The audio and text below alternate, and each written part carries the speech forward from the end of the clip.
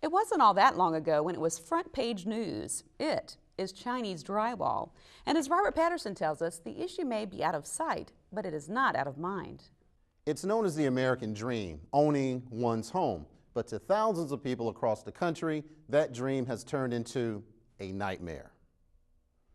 That nightmare, owning a home that may be rotting from the inside out, a very real byproduct of building material known as Chinese drywall. The problem is that it emits a sulfuric type gas that corrodes electrical, copper, just about any kind of metal.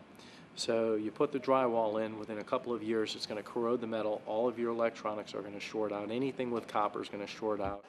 A building boom from 2004 through 2007 left American wallboard manufacturers struggling to keep up with demand. Factor in busy hurricane seasons in Florida and the impact of Hurricane Katrina in 2005, and builders started importing drywall from China in record numbers.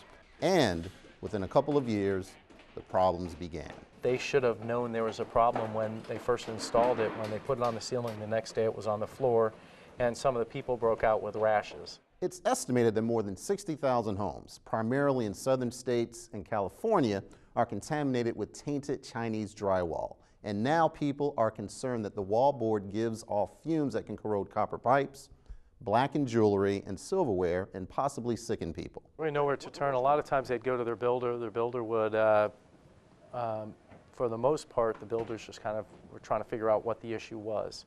Unfortunately, homeowners who've discovered Chinese drywall have few resources.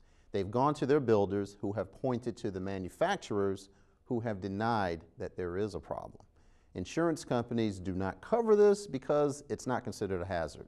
So, government is beginning to pay particular attention. This is one that there's got to be a federal level response, a state level response, and a local level response. I think at the local level we've done everything we can. Using the Uniform Statewide Building Code as a standard, Council passed an ordinance addressing the use of the material last year.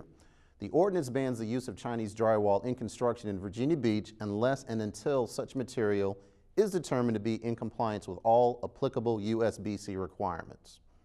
Also, we've taken the value of your house down to $100 because it's pretty much uninhabitable. So that means that your property tax, the tax on your house is going to be 89 cents. So that's kind of another thing we've kind of done for those who are affected by Chinese drywall.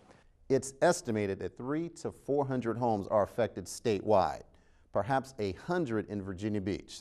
Senator Warner, as well as Congressmen Nye and Scott, have toured area homes. But so far, there is no consensus, and unfortunately for some homeowners, no answers. We've bent over backwards on this one. We're still trying to represent our citizens the best way we can. Now, if you suspect that your home may contain Chinese drywall, contact your builder. If found, contact the Consumer Product Safety Commission to file a report. The only remedy is to remove and replace all drywall and HVAC and electrical components. New permits are certified to be in compliance and only use drywall that has the ASTM International Standard stamp. You can file a report at the website on the screen. For Access Virginia Beach, I'm Robert Patterson. As part of the process, city building inspectors now ask contractors to affirm that they are not using the Chinese drywall in any of their construction projects.